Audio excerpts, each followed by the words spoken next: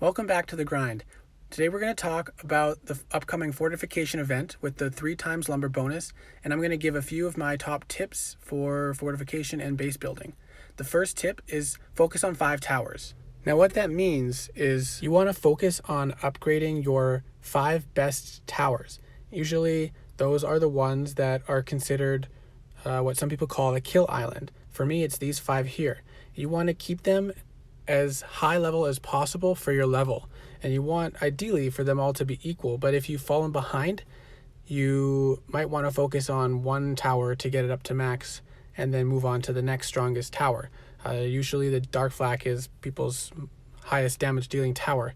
Another way to think of it is build up, not out. So you want to build up 5 main towers to as high level as possible for your level before you move on. And sometimes you'll have to level up other towers to level up so you can further level those 5 towers. But until you get these towers max level, you likely won't be leveling other towers significantly unless you're trading out a tower. And if you haven't seen my other base building video, go check that out for some more basics. My next tip is build to breed.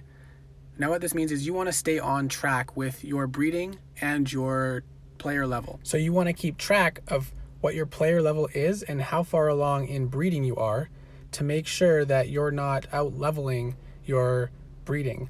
So I think you need to be level 162 to start breeding garnet dragons, and it's closer to 180 I believe for emerald. So I have started breeding garnet, so that's where I want to be, but now it's going to take me a couple at least events to move through garnet, so I don't want to level too far past level 180 before I am in a position to start breeding emerald. So that means I'm going to have to take it a little bit slower this event instead of leveling 15 to 20 levels like I have been each event.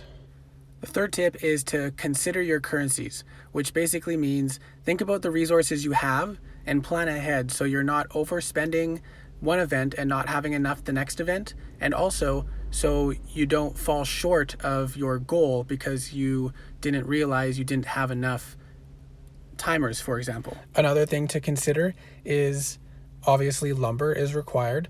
So if you're not going to have time to farm a lot of lumber and you don't think that your team will be able to supply it to you, don't plan on going up a bunch of levels. Also, consider how many elemental embers you have. Will you be able to make the upgrades that you are wanting to and keep the towers, especially the flak towers, at max level for your level? And consider this also when thinking about building a second or third flak. And in another video, we'll talk about, especially for a free-to-play player, when you know you are ready to build that next flak tower. All right, now we're on to the in-game giveaway. So leave a comment with your in-game name, and if you want to add any tips or build on any of the tips that I shared, then feel free to leave a comment of that as well. And in a couple days, I will tag you and post who the winner was.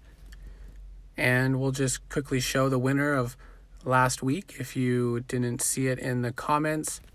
I'm not sure how to pronounce the name, but I'm gonna commit and say congratulations, Mikey, for winning the in-game pack last time. And Mikey said, "I like the new branch." All right, thanks for watching and hope this helps. We'll see you in the next video.